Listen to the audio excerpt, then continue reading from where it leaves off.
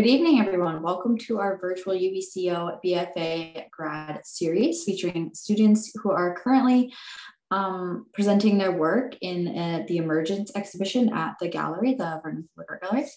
My name is Megan, and I am the marketing and events person at the Vernon Public Art Gallery.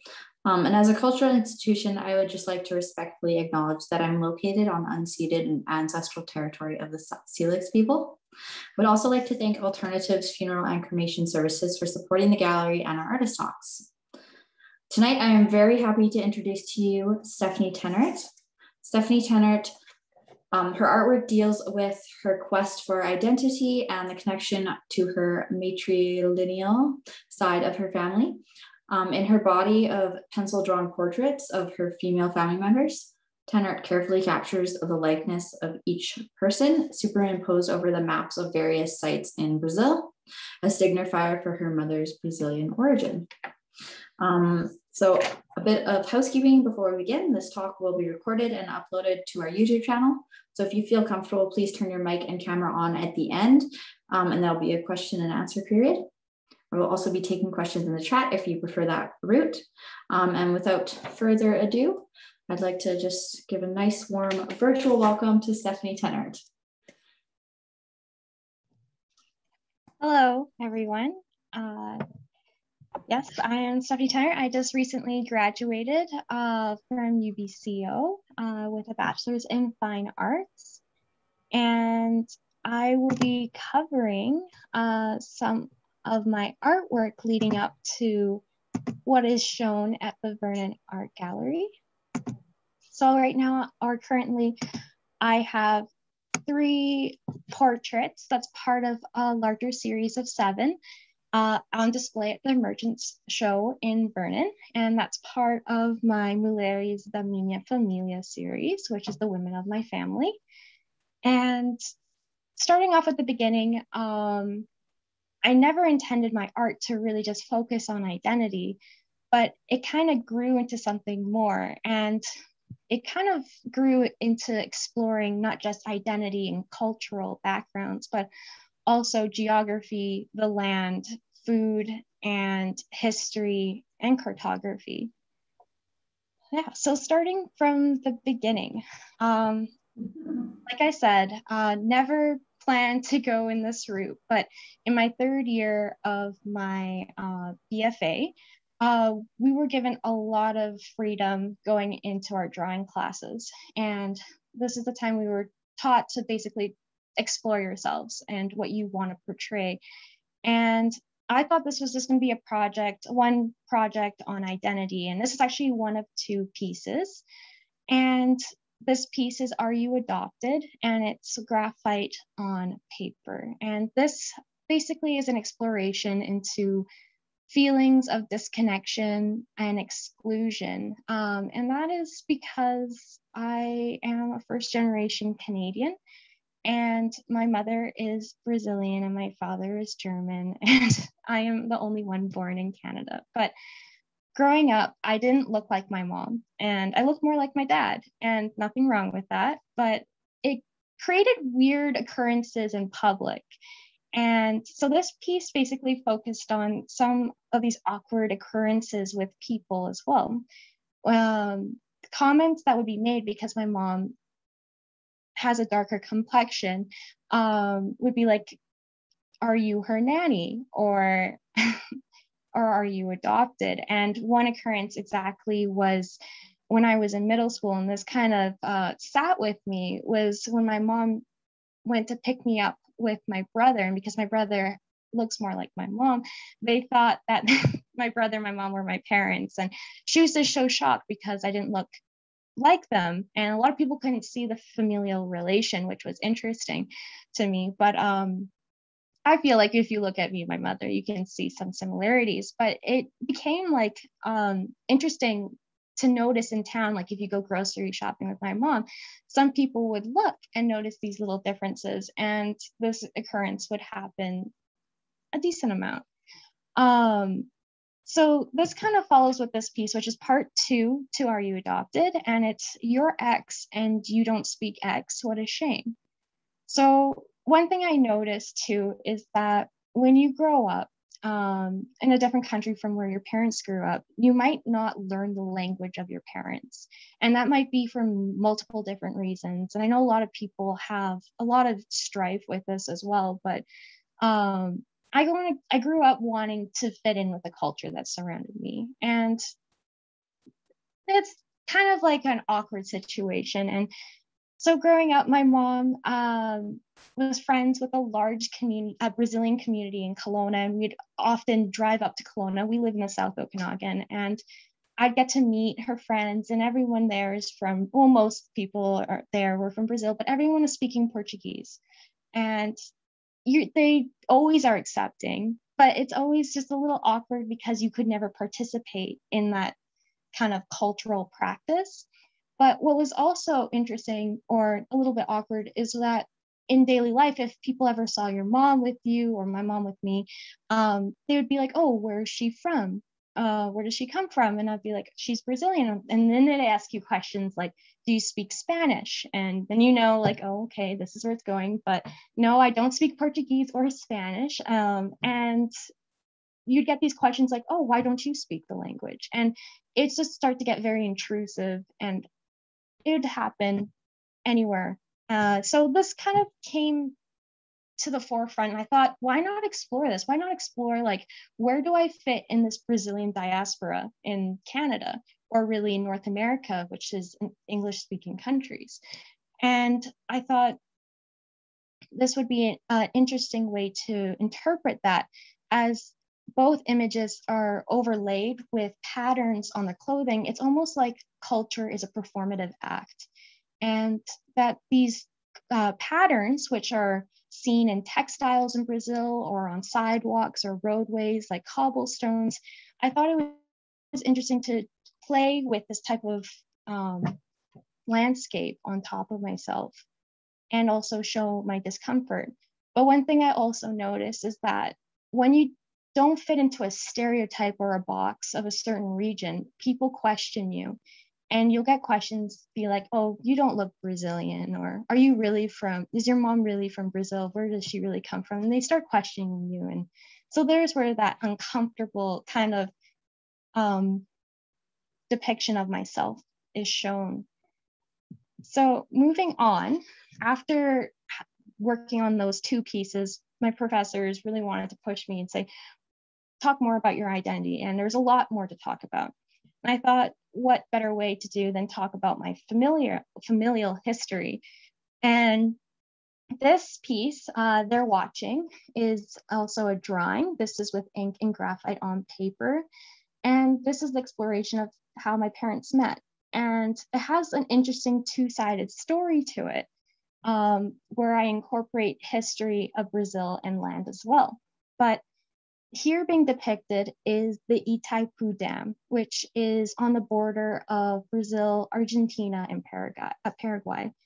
And this dam is extremely important as it sources or gives most of Paraguay its power. About 70% of Paraguay's power comes from this Itaipu Dam, and about 10 to 20% in Brazil. And you'll see that more in southern Brazil and metropolitan areas like Sao Paulo.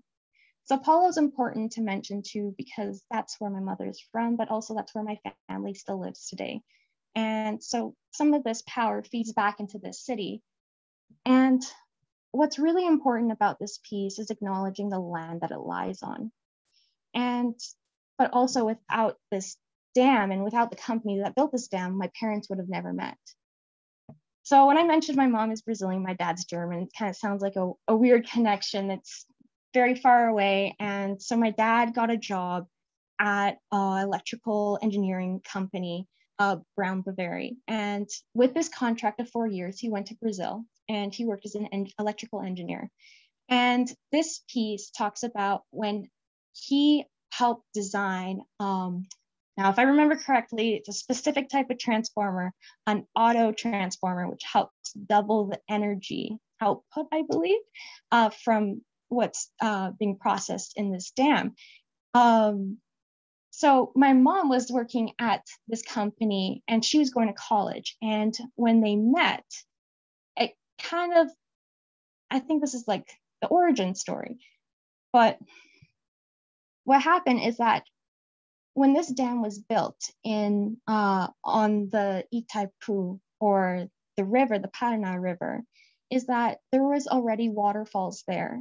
And these were known as the Guaira Falls, which were larger than the Niagara Falls, but they were effectively destroyed as they needed to destroy the entire rock face of the waterfall to build in this dam. And so unfortunately it is lost forever. And it was considered one of the 7 wonders of the world before the 1980s. Also with the creation of this dam, it created the Itaipu, or Lake Itaipu, or reservoir of Itaipu. And this flooded large plains of land. So lots of farmland and settlements were lost. And unfortunately in this area, a lot of indigenous peoples have lost their lands too. So there is this sad history when it comes to damming. And even in British Columbia, we know that with lots of areas that are dammed, cities are going to be lost, and areas or sites that are important to people are going to be lost. And hey, everyone says it's green energy, it's sustainable, but unfortunately damming has a very dark part to it. So this piece is kind of fraught, and you can see the uncomfortability in the person depicted. I used myself as this image, but it really could stand in for a lot of people. You know, it's an amazing dam, extremely powerful, powers for millions of people in South America, but also it took away a lot of the livelihood of people who lived in that area before.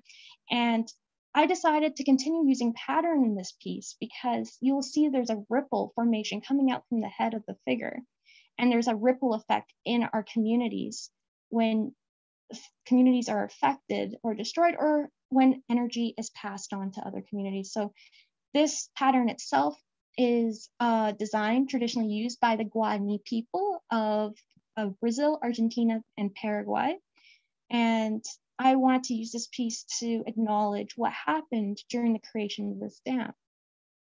And also an interesting fact about this piece is that the fruit that's in her hair is called guana, and guana, translated from Guarani, is eyes of the people. So they're watching. They know that's what's happened, but does everyone else know that it has happened? So it's always important to look at the legacy that we leave behind on the land. So moving on forward from that, I thought how pattern is extremely important, especially how it creates a narrative in artwork. And who better to tell this or pull inspiration from really is Miriam Shapiro. Miriam Shapiro is one of the key figures of the pattern and decoration movement, and this happened in the 1970s. She worked with other people such as Judy Chicago in Woman House, and she uses a lot of iconography or feminist forms or feminine forms like pink, roses, florals, some geometric shapes. And she puts that together to create a series of dealing with feminism. And this piece right here, Tapestry of Paradise, is one of those. And she does talk a bit about her own identity of being someone who's of Jewish faith and background and also Russian. So she incorporates the patterns from her backgrounds into her pieces when she talks about herself and where she stands as a woman and a female artist in the 1970s and in the 80s. So this piece was a huge inspiration to me, especially when I found out about the pattern decoration movement. They are extremely important because they pushed feminism and they pushed also female representation in museums and galleries. And this started out in New York. And they're still fighting today for more representation of females in the art world. But yeah, moving on. This is the piece that is directly connected to it. Sorry, excuse me. Progenitoria, ink and pencil, crayon on paper. So at this point, I started asking myself, what if I'm going to talk about this river, the Paraná River, and how much it affects my family and the land and the people who live in this area? Maybe I should talk more about people who are connected to it too. And I thought about how language is an important part, once again, in the artwork, Progenitoria in Portuguese translates to progenitor. And so this piece actually talks a little bit about my mom. And it's an abstract interpretation of her. Miriam Shapiro also taught me how to think outside of the box when it comes to patterns and what patterns can mean and what they can symbolize. Excuse me. And I thought of my mom of when I saw the papaya. And the papaya itself is a South American fruit. And also it holds some symbolism to the female body. It very much looks a little bit like the uterus once it's scooped out. You have the vulva and the vagina. And one thing that was important to a lot of artists in the pattern decoration movement and a lot of feminist art coming out of the 70s and 80s is the female form and showing the female form as it's not a disgusting thing. And I thought, no, it's not. So exactly, we should portray ourselves. And this is what I came up with as a piece or binary of my mom's own identity. But in the background, we have that Itaipu reservoir, that lake, and with the black lines, we have the dam. And this piece means a lot to me because I'm not very great at abstract interpretations, but my professors have always told me that I work very rigid and tight. And even in my artwork, you might have noticed that there's a lot of clean lines or very structured artwork or very carefully manipulated drawings. And again, this is another example of that. But this specifically went out of my comfort zone as there is no human form. And the only thing that I could do that's somewhat figurative is this papaya and some of the fruit here. But yeah, so this is an abstract interpretation of that previous work they're watching. And in here, I also reference a little bit about the political situation of Brazil. If you notice on the bottom half of the piece below the black line, we have this kind of azulejo style ground. It's brown, dark brown, light brown, and this is all done in ink.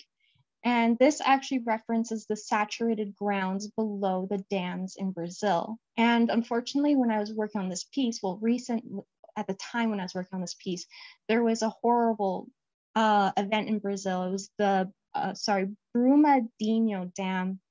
And when it exploded or it broke, about 300 people lost their lives. So it was a tragedy. And this was all due to whole external issues and some of it, unfortunately, bureaucratic issues as well and corruption.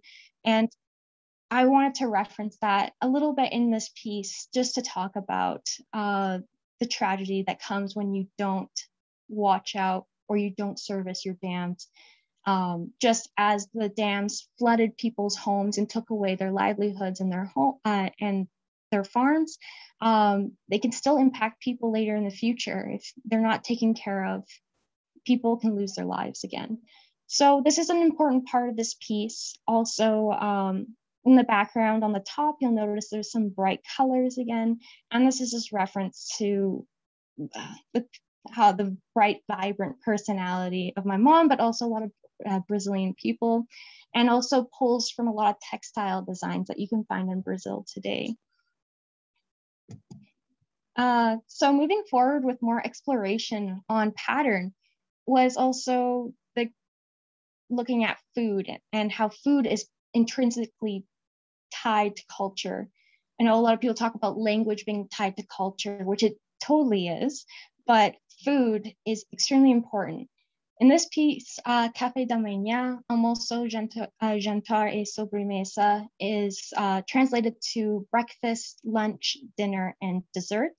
You can see from the top, it transitions from breakfast down to lunch, and lunch emerges to dinner, and lastly, you have is dessert.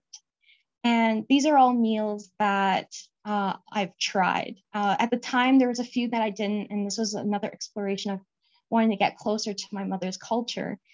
But a lot of these hold memories. And when you look at your memories of food and when you share dinner or breakfast with your family or your friends, there's certain memories that are imprinted on these foods. And I think that's extremely important when talking about culture and identity, because food can become a national icon even. This piece, I pushed myself a little bit more by working with ink, graphite, gouache, and watercolor. I chose to use red, as red seems to, it's an interesting effect on the brain. Apparently, it's associated with appetite and food. And so I was hoping that this piece would remind you of a menu, and that, you'd remind you of the inside of a diner or a place where you can grab food, and it would help create kind of like an appetite for what you're seeing. Maybe some of this food is alien to you, and that's okay because it's different, and it's very delicious. But so this piece is a little bit larger as well. It's about 90 centimeters by 93 centimeters. So it was definitely pushing me out of my comfort zone while trying it out. But yes, this is just a close-up of the piece. I just wanted to carefully render each of the fruits or the foodstuffs. If you ever had feijoada, that's the one on the lower center of the picture. It is a Brazilian dark bean stew with meats. It could have chorizo sausage or salted pork in it, or even ribs, and it just breaks apart in your mouth. It's so good. It's basically soul food. It's when you feel down, or if you want to have a good meal with family, you'll have feijoada. And there's regional foods like coxinha, just on the right side of it, looks like little cones, and that can be stuffed with chicken or beef or olives.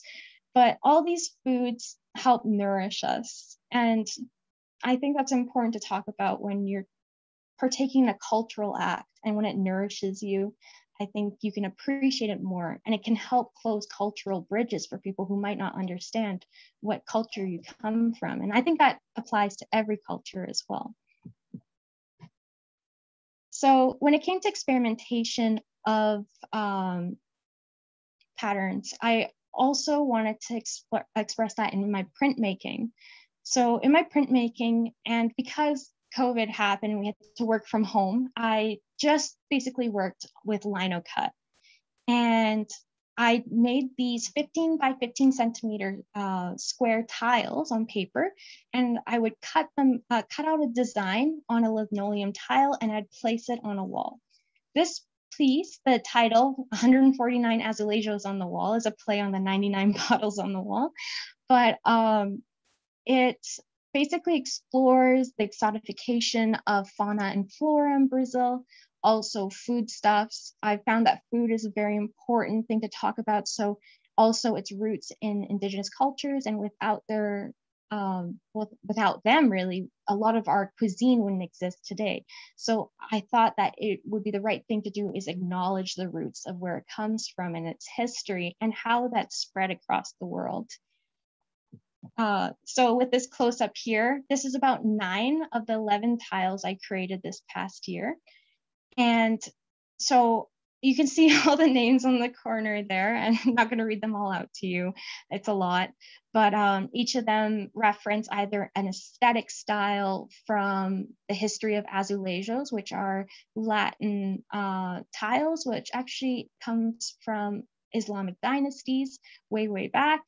And then it kind of perfilated across the world with the exploration and, unfortunately, colonization of many regions by the Portuguese and Spanish. So you'll see azulejos not just in Brazil, but you'll see it in Mexico, Peru, even as far as India, Goa, India, and Macau, China, and even the Philippines.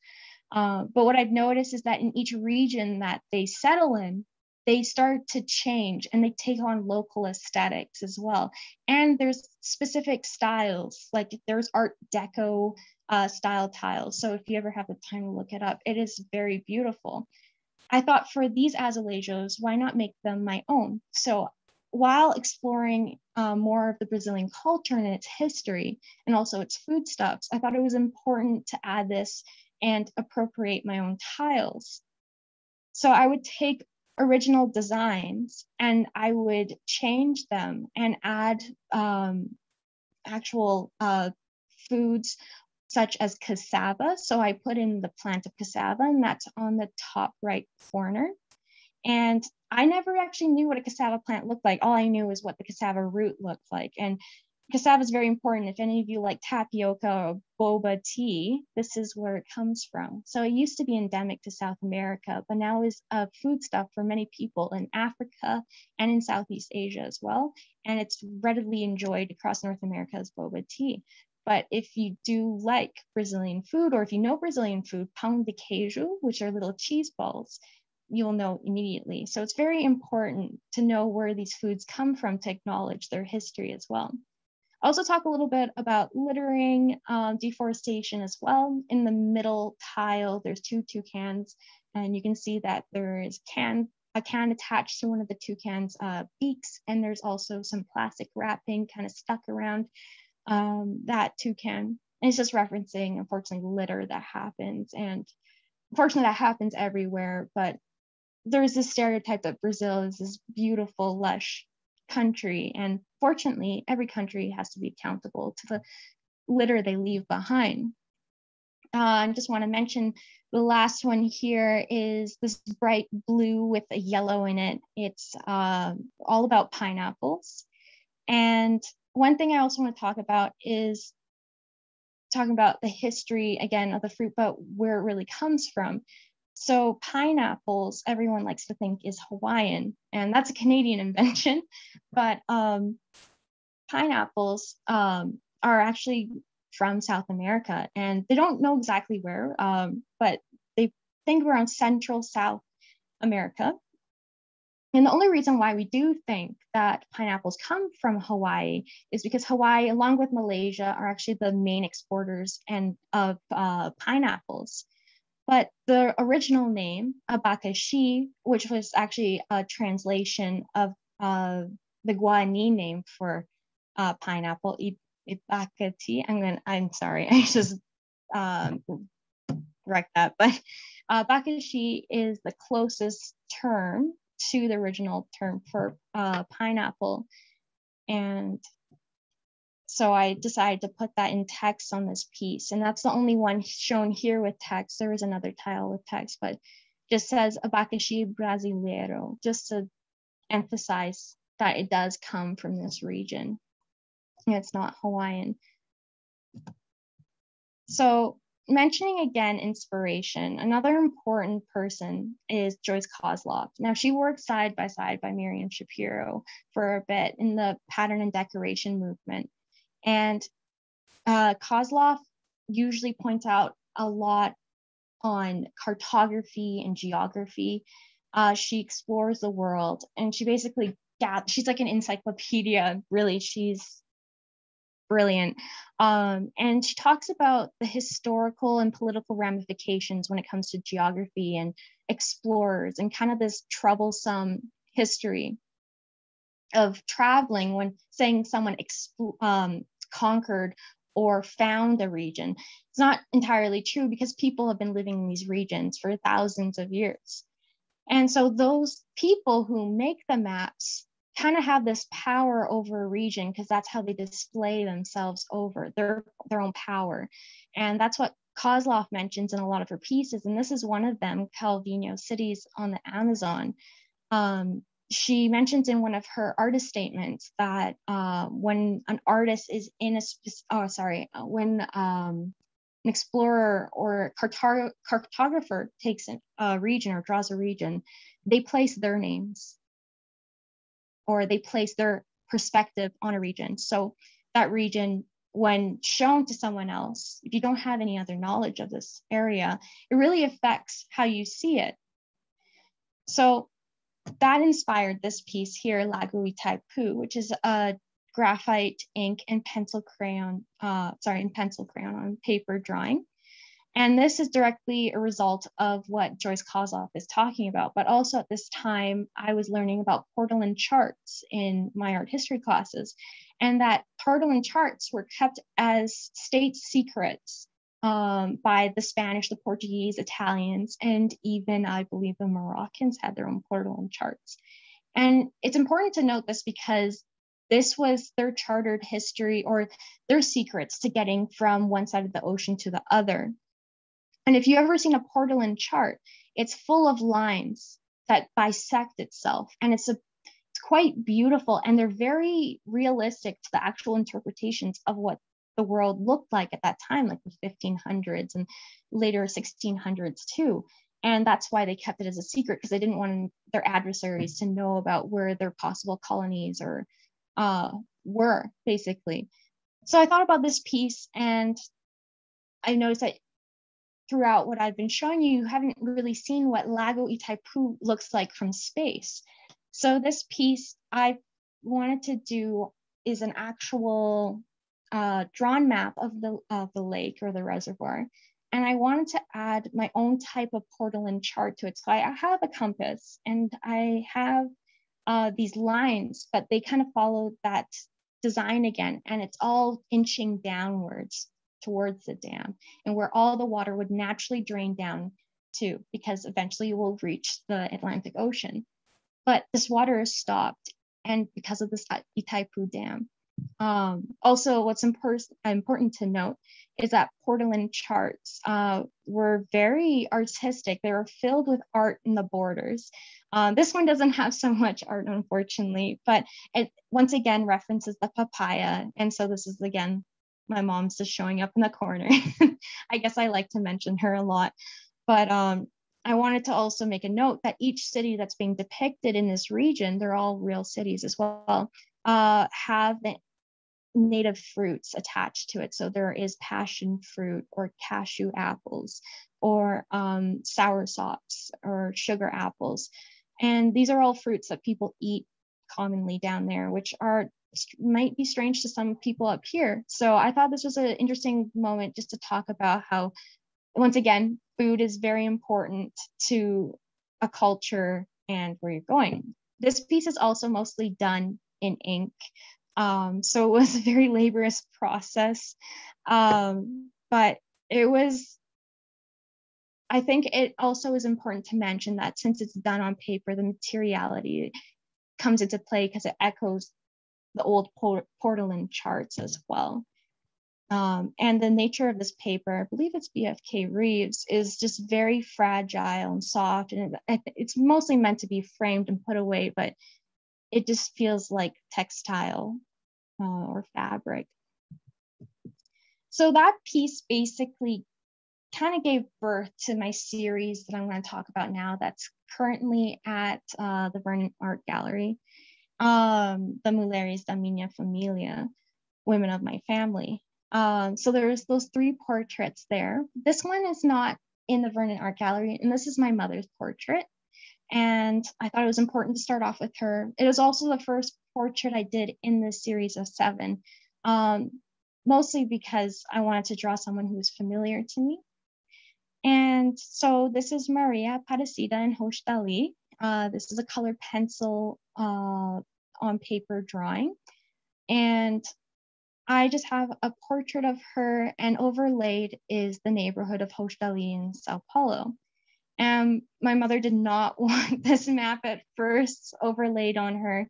This is where she grew up with her family, and where they made a family. And it's unfortunately today the neighborhood isn't doing so well. And in her time, she wanted to spend time with, or as a teenager, she wanted to go out and meet friends. And so she wanted to leave Hosh Dali and go somewhere else. So she'd go to neighborhoods like Villa Madalena in Sao Paulo, which is just about east of here, a little bit southeast. And it's a very beautiful area, full of culture, full of bars and at their time discos. And so she'd go out with friends and hang out there and spend a lot of time there. And she gained a reputation, which she likes to say, where the neighbors like to call her fresh. So this is a funny connection to this region. But this region also is where my parents met. I believe that Brown Boveri was just on the north part of her head. So I thought it was important to include this in the series. And every portrait in the series depicts a person with a different color, and the colors are all symbolic as well. Red, or this earthy red, might remind you of terracotta roofs. And if you look at a map of Sao Paulo, like Google Earth, and you go around the city, some areas are very gray because you have the skyscrapers and a lot of concrete. You might see a lot of green in some areas because it's more lush. Hochdali, when you look from the sky, is orangey red and it looks like roofs. And so I wanted this to be symbolic of my mom, because when you think of roofs, I think of homes, and I think how my mom is like my home no matter where she is. So I thought it was very important to mention that. And that another little Easter egg to this piece is that the river, that is depicted in other pieces, such as Lago Itaipu, is the Paraná River. But also this watershed basically extends all the way out to Sao Paulo. And there's a river called the Tietê in Sao Paulo. And the Tietê moves across the city and eventually reaches the Paraná River. And so you have this cyclical effect of this water that started out in the very far reaches of northeastern Sao Paulo city, goes through Brazil, goes through Sao Paulo state, down to Paraná. And this water then creates energy, and some of this energy goes back to them. So there's this interesting effect that I wanted to reference again. And that's just, you can't really see it on this piece. It's depicted in between the large roads that reach the end of the page, both ends of the page, which is part of the marginal, and also helps link each portrait to each other. So you'll see each rows, all the rows connecting each other. But yes, the river just goes right through there. And I think that's important to mention. Moving on, I have my Aunt Sonia. And she is an amazing woman. I don't really know much else to say. She works incredibly hard, especially to support her family and her loved ones. And she, well, this is actually kind of funny, but she originally asked for her map to be placed over her home. And unfortunately, the name escapes me of the neighborhood, but because this neighborhood is very close in name to where her home is, I decided I was working on this piece, and then that was my mistake. But what I realized is that this map that's being covered on her arm is also part of the Ibirapira Park, and that's like one of the top 10 places to visit in Sao Paulo, and is a place that she loves to go to. It's lush, it's very green, it's full of museums, it's a cultural district of Sao Paulo. And this is important to her personality as well. It's very green, and I think that it's important to speak about just the interests of ourselves too. So in each of the portraits in this series, I wanted to talk about how geography interplays with who we are. There's the idea that when you grow up in a certain environment, it does inspire you basically to become who you will be. And I think that the geography plays a lot into who we are. So my aunt is very metropolitan, and she loves the city, and I don't think she'd ever move away from the city, and this is exactly where she would want to be. Moving on, we have my other aunt, Shayla. She is at São Sebastião and Ilhabela in this piece, and this is just on the Atlantic coast, about southeast of Sao Paulo city. And this is where she goes to get away from city life. So when we would talk to each person, each family member, we would ask them, where would you want? What map do you want? What map is important to you? What memories are important to you? And this part was important to her because as a teenager, she'd get out of town and go here. And this area of Sao Paulo is famous for its beaches. It's quite large, white, sandy beaches. And yeah, so she spent a lot of time in this area. And actually, my family spends a lot of time in this area too. My cousins go to Ilabella a lot. So there's a lot of connections between each of them. This piece also references maps again in a more clearly defined way. You have the coast here. This is when we start, or when I started to experiment more outside of my comfort zone with these portraits. Before, I just wanted to stick with the face and the street maps, but I didn't really think about when it came to water and if I should incorporate water, just like in my mother's portrait, if I should have incorporated the Tietê River. She did not want that because the Tietê River, unfortunately, is heavily polluted today. And unfortunately, it takes a lot of further up through the damming process, it filters out the pollution. But in this city, it is very sad. It's just, yeah. So I was a little bit afraid about talking about that. And that's why I found it was very important to incorporate the ocean here in this piece that extends out from her head. And the roads extend out, and that connects back to the city and back to her sisters and her nieces. So moving out, we have Alini, and this is Alini in Avenida Paulista, and this is another colored pencil on paper drawing. And this is, you've probably seen this piece the most. It's on a lot of the catalogs and also the advertisements for this talk. And this piece I thought was really successful because it does capture a lot of her personality. So when I talked about how color and geography affects your personality and who you are, I thought this one worked because Alini is a very pragmatic person.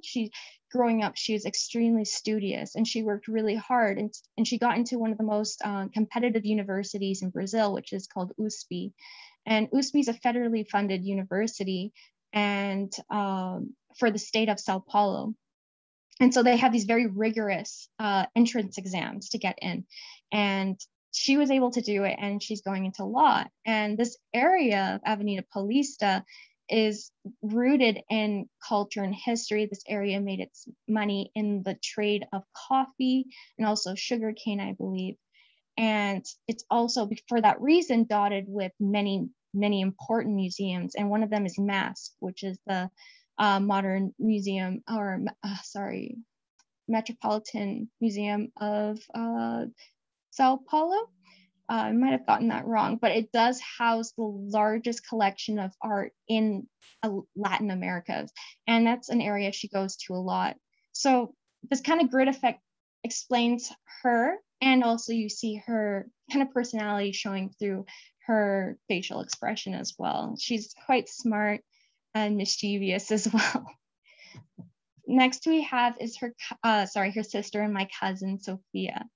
And so I chose Sophia and Alini to be colors of green to match with my aunt Sonia, who's also green. So you have that family unit right there. And this picture is kind of actually makes sense to me because unfortunately the last time I've been to Brazil was 14 years ago. So there is a lot of disconnection to my family, unfortunately, because I hadn't gotten to see them that much. Luckily, I was able to see my cousins more often, but when I see Sophia, I think she looks like a model. Well, she's very outgoing and she doesn't really care what people think of her. She's going to do what she wants. She's very strong, and I think she's very powerful, and she's actually going to school as well at a university at São Caetano. And for that reason, I decided to put São Caetano over her head, overlaid it, because that's where she spends her time at school, and she's a med student. And then below, I actually merged the map for Vila Madalena, which is that area that my mom used to hang out. And that area is still today well known as a cultural district full of places to hang out and eat. And so I thought that connection too was very powerful. And actually that road that kind of extends from her back connects to the marginal. And the road that extends from her head goes all the way up back into Sao Paulo proper. So I thought it was very important to include these roads to help link each other together in this area, because it doesn't matter how far they are in the city, they're still connected quite closely. So this piece is me, and this is Stephanie in Naramata. So I am from Naramata. I was born in Penticton though, but born and raised here. And my piece is the only one that's not in or anywhere in Brazil, with geography. Technically the roads do link up, but it's thousands of kilometers. And I think that just reference or symbolically references the distance you feel when you have family that's so far away from you. And so I'm very reflective in this piece, because I'm thinking about those connections that I want to foster and I want to strengthen, and it's my responsibility to do that. And that was the whole reason of exploring family through my matrilineal line in the series, was to reconnect to my family members and have that connection again where I feel like they withered. And that's mostly due to distance and a little bit language barrier as well. And one thing I'm trying to overcome today. But this color here I chose to use as a bit of a pinky red, and that's also unifies myself with my mother's portrait. So very important to point that out too. And pink also has symbolisms of innocence and femininity. And so once again, it's important to reference the women in the family, the pink that unifies us, but also the innocence of growing up and being easily swayed, or naivete, really being swayed by what surrounds you, and what I let happen by not learning my mother's language, learning Portuguese, or keeping or fostering those connections. So very much a reflective piece about myself and where I fit in my family as well. Lastly is probably the most important person here, and that is my vovó, or my grandmother. And so this is Maria de Lourdes in Guantanamo. And this area is basically the birthplace of our family.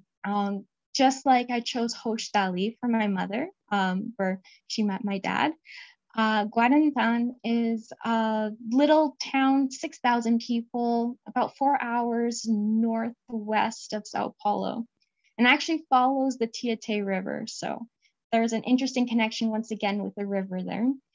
And this area is a rural community, and it basically started from coffee farmers. And both my grandparents, my grandfather and my grandmother, their families were in the coffee farming business. So this again connects to Alini's portrait of Avenida Paulista, which made its commerce in coffee. But also the color itself of this portrait references the coffee color or coffee stains on napkins or paper. And I wanted to mention that.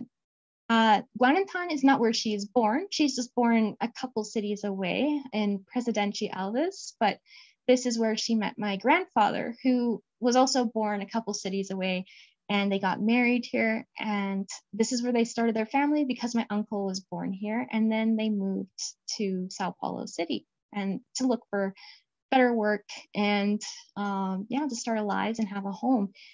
This piece also is very important too, because when I mentioned feminism, there's also something important to note is that the time my grandmother was living her life in the 60s and in the 70s, well, actually 50s and 60s is when they got married. And unfortunately, it was a very patriarchal country or culture. And so you have to follow a lot of kind of codes. So what you could wear, or how you could style your hair, and what was all right. And a lot of women were unfortunately stuck or had to be housewives.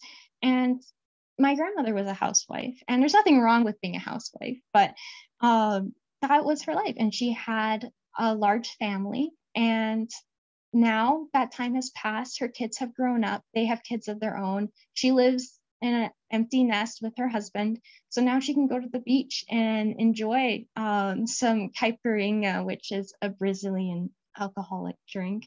And she can sit back and enjoy and see her family. And this piece was really important to me because seeing a picture of my grandmother made me realize how much she has aged since the last time I saw her in person. So time also becomes an important facet in this piece because some of my family members that I've drawn, it's been 14 years since I've seen them. So what I associate them with is different than this portrait. And so I'm getting to know them again by drawing them. So with every wrinkle I drew on my grandmother, I felt like I loved her even more because you get this connection again and you hear the stories of her life and it just makes you want to see her more. So yeah, I thought this was an important way to end the talk too, just with my grandmother and the importance of how my artwork took this direction and eventually ended landing on her portrait.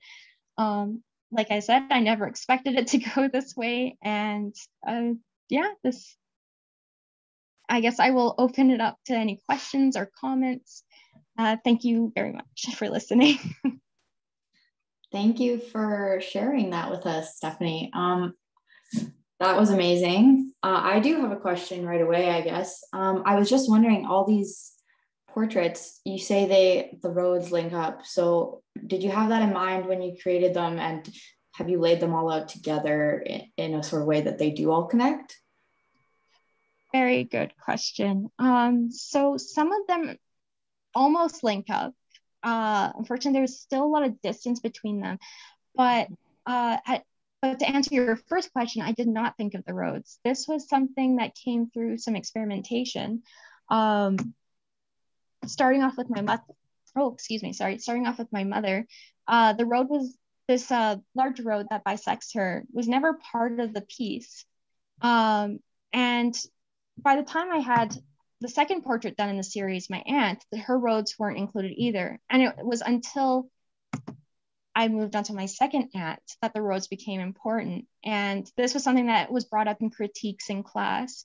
And they mentioned that there was this matrilineal line. And I realize now I did not explain that during the artist talk, but the matrilineal line connects all the women in this series because it's a separate DNA sequence that exists in our mitochondrial organelles. And this is what can be used to trace back your family heritage for thousands of years on your mother's side. And I thought that was an excellent way to connect this. But they mentioned, where is that linkage in the drawing? And I realized there is no linkage, it's just portraits. And so we came to conclusion of drawing the lines or the roadways to connect each other. And that's actually the fastest way, probably just get in your car and go visit each other. So I thought that was important to mention. I hope I didn't miss anything there. Yeah, that was great. Awesome. Good to know. Should I stop sharing? Yeah, and then we can just go to gallery view. And then if anyone wants to turn on their screen and unmute, more than welcome to ask questions, you guys. Hi, Stephanie. Oh, hi. I don't know if I have a question. I'm not an artist, but I've traveled the world, and this will sound really random, but when you said the word soursop, the fruit, when I was in Polynesia, they believe that Native Americans are from Polynesia, whether it's North or South America. So when you said that fruit, I thought of Polynesia, and I was looking at all the portraits to see if I see any Polynesian in them. I don't think so. But the other thing I'll add, if it's anything, is, my family came to Canada before it was even a country. And even still, I go through something similar to what you went through. So let's say I had a friend who was Greek, and as a child did not want to be Greek at all. Didn't want to go to Greek school, didn't want to learn Greek, didn't want to learn to dance, didn't want to eat the food or nothing, because all children want to be the same. But later she regretted that. And she started to learn the language and started cooking the food and started going to cultural events and really embraced that. And now she truly is Greek American, Greek Canadian, right? And I think even at my age, I was so hyper as a child, I never cared about history. And now I'm really, because my mom's probably going to die in the next few years, I'm really like, give me the recipes, like, give me the stories, like, it just changes over time. Yeah, I totally agree. I feel like the older we get, the more we appreciate those stories and those connections and how important culture kind of plays with who we are. Because they resonate with you, but not as a child. Nobody cares about anything as a child. That's so true. Anyway, those are beautiful. Your art is, I don't know what else to say. They're just really stunning. Oh, thank you so much. And thank you so much for your comments too. It's very important. Are the other three people just not on video, or did they not show up, or?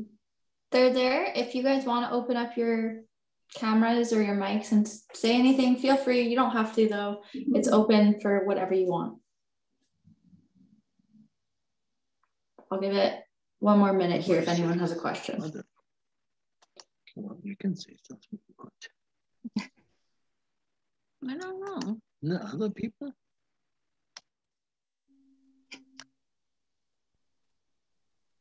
The other thing I'll say though is the dam thing is really important, because usually in an area, whether it's California or Haiti or what you were speaking of in Brazil, very often a city for water will be willing to create a dam and totally ruin farmland. So where there was once a lot of produce and you know, labor for locals, that all gets flooded. It's terrible. And that's just also they can have electricity, you know. Yes, yeah. That's the unfortunate part, is that when a lot of countries want to move to some sustainable energy, sometimes the sustainable energy will negatively impact a lot of the local citizens. And even though people will be profiting from this energy hundreds of miles away, you can't forget the people who farm the food and who feed the cities too. So it's unfortunately, so all that beautiful soil, all that beautiful fertile valley is just gone. Yeah, everything was washed away. That's true. Well, I see there's a comment from Anton.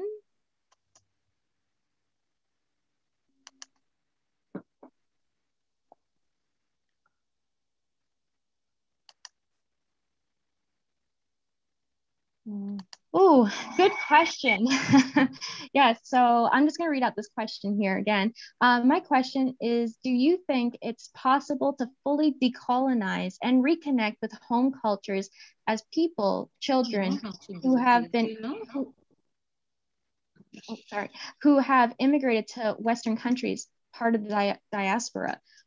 I think it is possible. The only problem with decolonizing once you've lived your whole life in a certain area is that you're going to have all these biases and kind of outlooks and perspectives that weren't passed to you by your parents, but by your peers, your friends, and other possibly family members too, actually, who've been living in the region. So I think you have to be extremely self-reflective when you look at certain issues and topics that are happening today, because you grew up in this region, so you're actually going to carry that cultural perspective with you. So if you want to decolonize, I think I'm doing it right. Well, I think I'm doing it right now, but I'm trying to think of how to get closer to that cultural connection and decolonize, and also question any negative nuances that carry along with the culture your family comes from too. Unfortunately, nowhere is perfect. So I think that when it comes to decolonizing, it's best to create the connection with family. I don't think it's really intrinsic on learning the language per se. I think language is extremely helpful because language is part of the culture.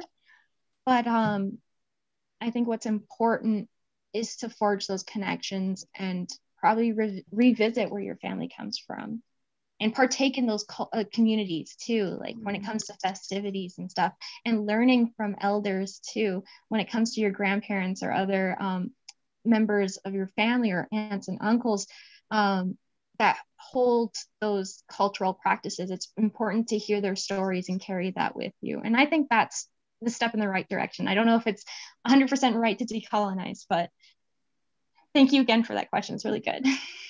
That song that all the men were listening to, you're younger than I am, but for a while there was this song And every single man all around the world was listening. And it was the most beautiful woman from Brazil.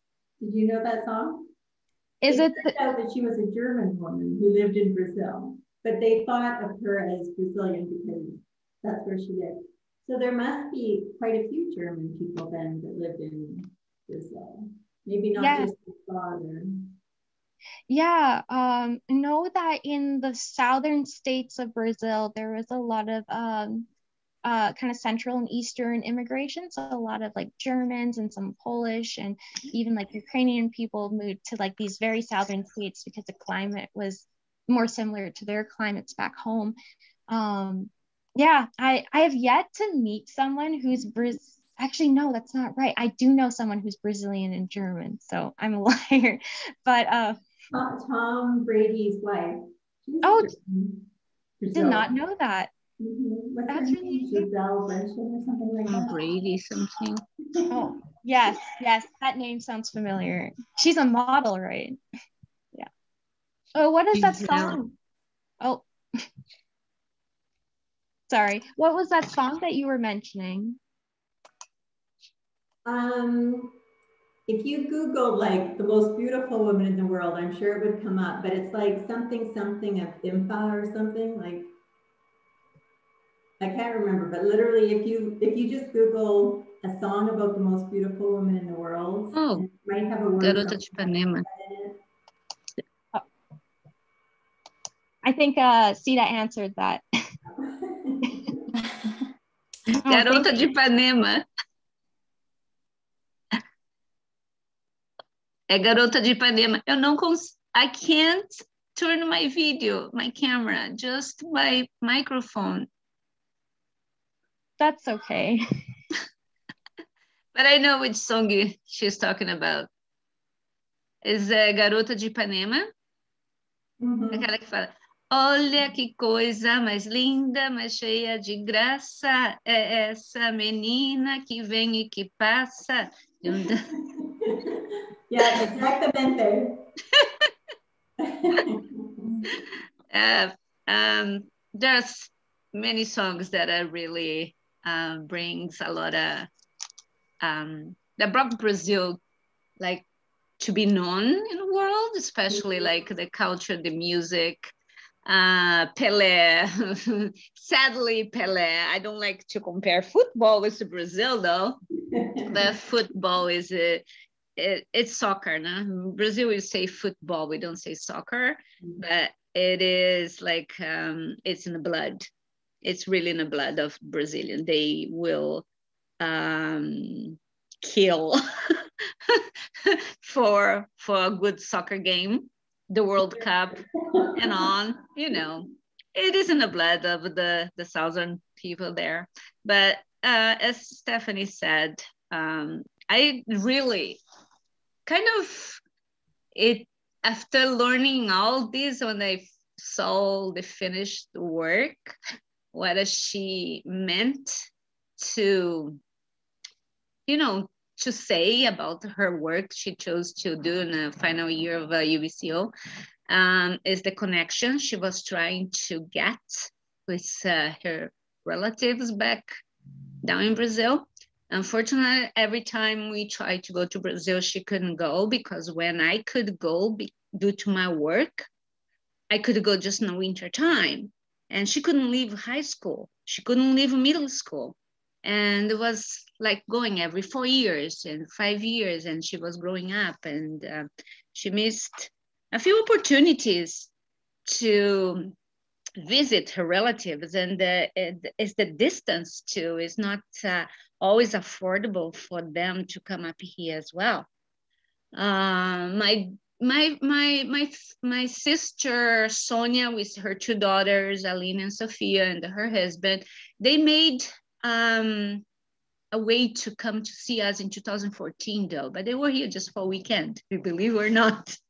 They were vacationing in Florida, and before they went home, they decided to get the plane, go to Vancouver, rent a car, drive all the way to Penticton, spend the weekend here with us.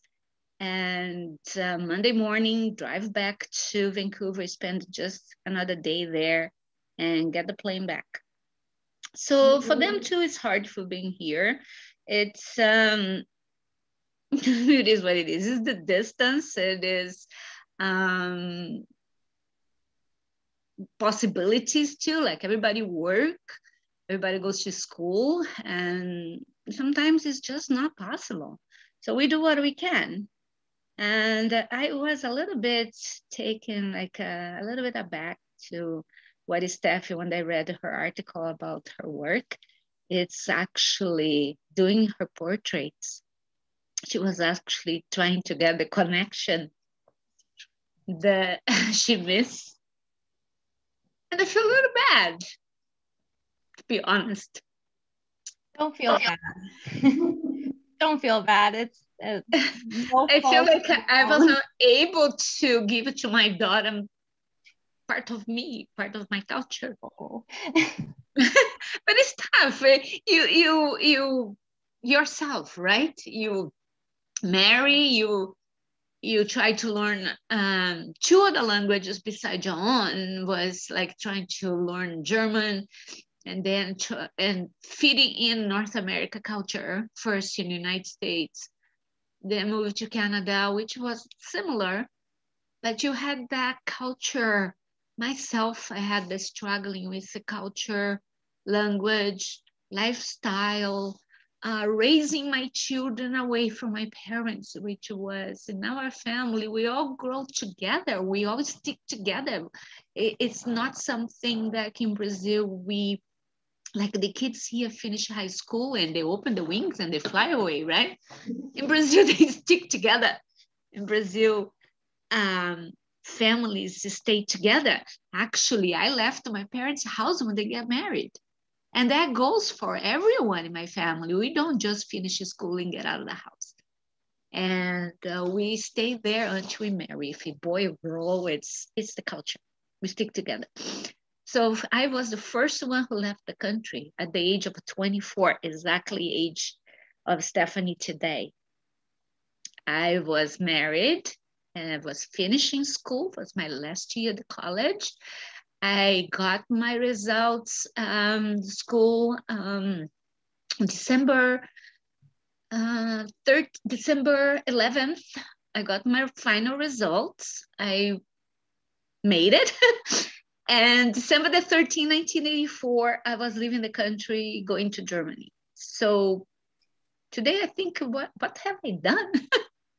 But I did it. And yeah, from there on, 37 years now passed, you keep thinking about, and kind of, because I was trying to fit in myself into this culture of married a German and raising children, which languages we're going to give to them, a different religion, and I don't have my parents, I don't have my family, what I'm doing now?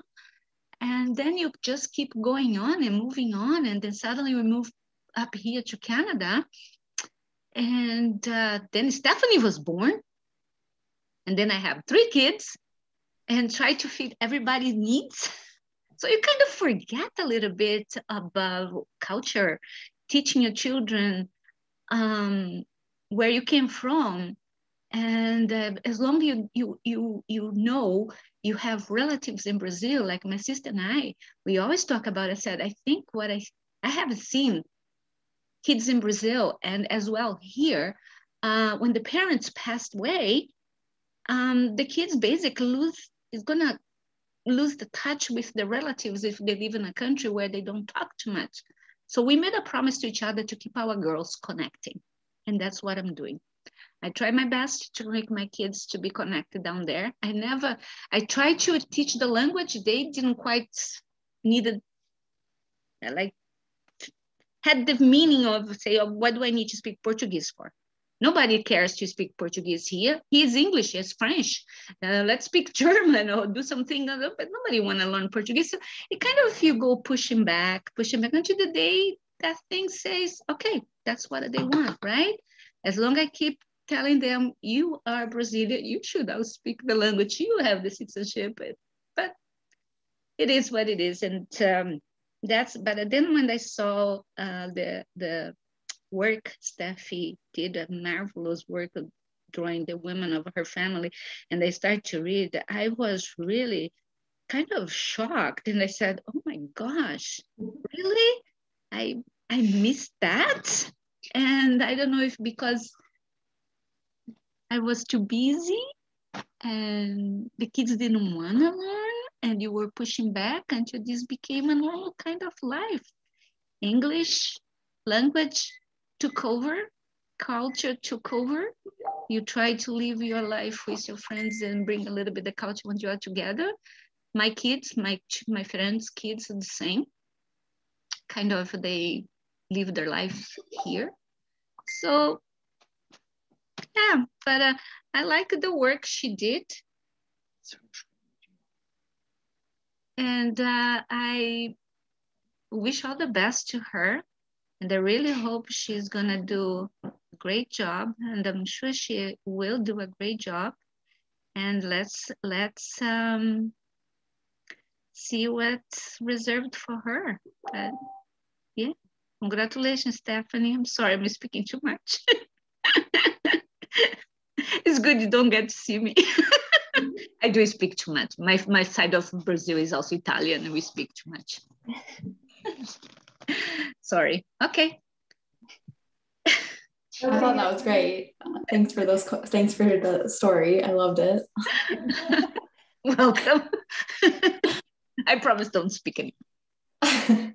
well, I just want to say thanks again, Stephanie. And if no one else has any questions or comments, I just want to say, yeah.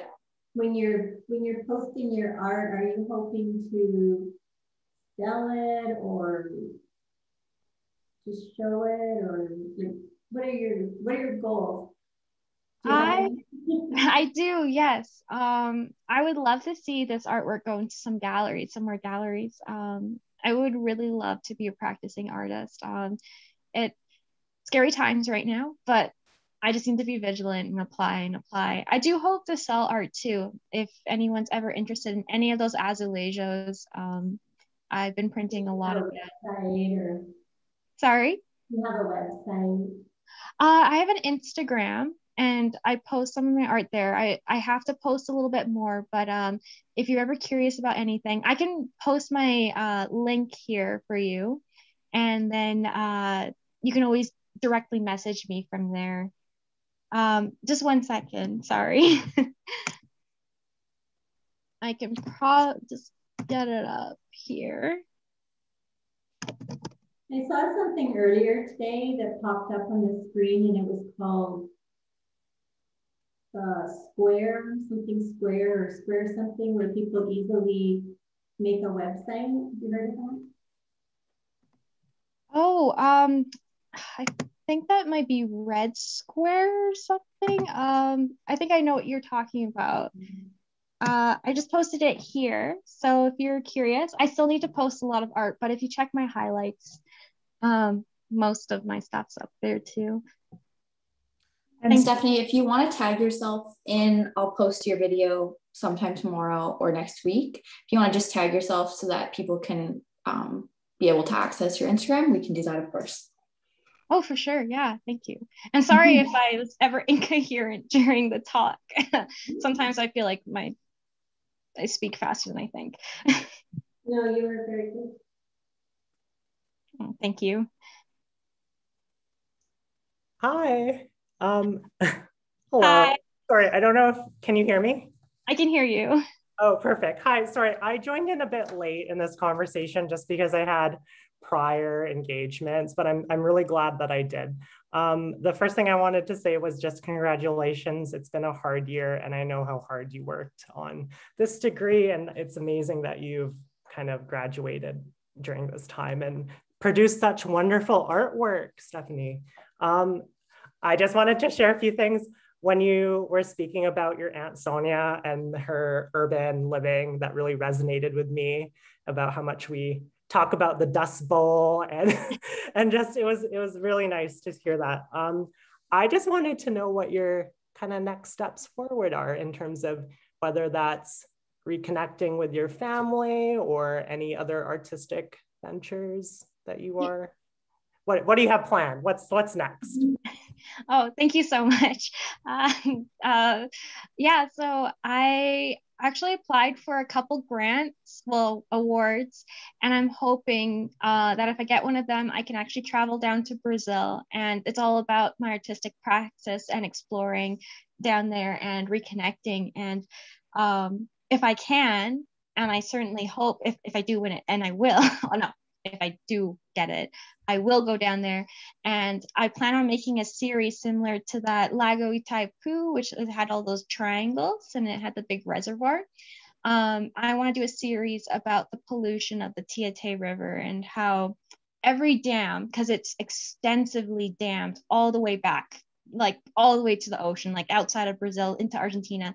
But I'm not going to go to Argentina, but I want to do a series of Portland chart inspired artworks and talk about like the pollution of this river and the extensive damming process, what the damming has done to the people. I want to talk to the people who live there. I want to talk to my family that lives along this river, which is kind of crazy how everyone's interconnected with that. And I want to go to Itaipu City, Foz do Iguaçu, and I would love to see the actual animals there too, and that would be incorporated into my Azulejo series. There's so many more things, but yeah, I just would love to be a practicing artist. That falls through. I'm gonna stick with art though. I would love to continue onward. I also feel bad because I don't know how long we're supposed to continue this talk, but thank you again so much, Anton. That your words are always, they mean so much to me, so you're the best. Oh, thank you. That's amazing. I'm glad to hear that, and I'm glad to hear that there's continuity, like you want to explore this more, and I hope you get those grants. That's amazing. I'm so glad to hear. Thank you. Yeah, and hopefully do a master's, but that's like a 5-year plan kind of thing, and continue on with art there. But yeah, that's basically the plan. Great. Awesome. And don't worry about your time. You can talk for as long as you want, as long as people are going back and forth. So I will be putting this up on the website. I will just let everyone know that there'll be a shortened version on Instagram because they can only take up to an hour. So basically I'll cut it off for Instagram, but the long version will be on our website and on our YouTube.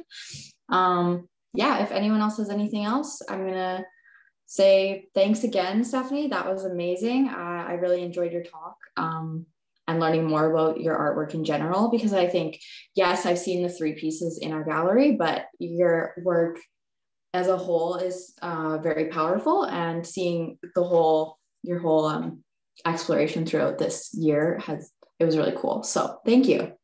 Oh, thank you so much. Well, thank you also again to the Vernon Public Art Gallery for letting me talk here, and means the world to me. So thank you again. Yeah, thank you. Okay, well, thanks again, and everyone have a great rest of your evening.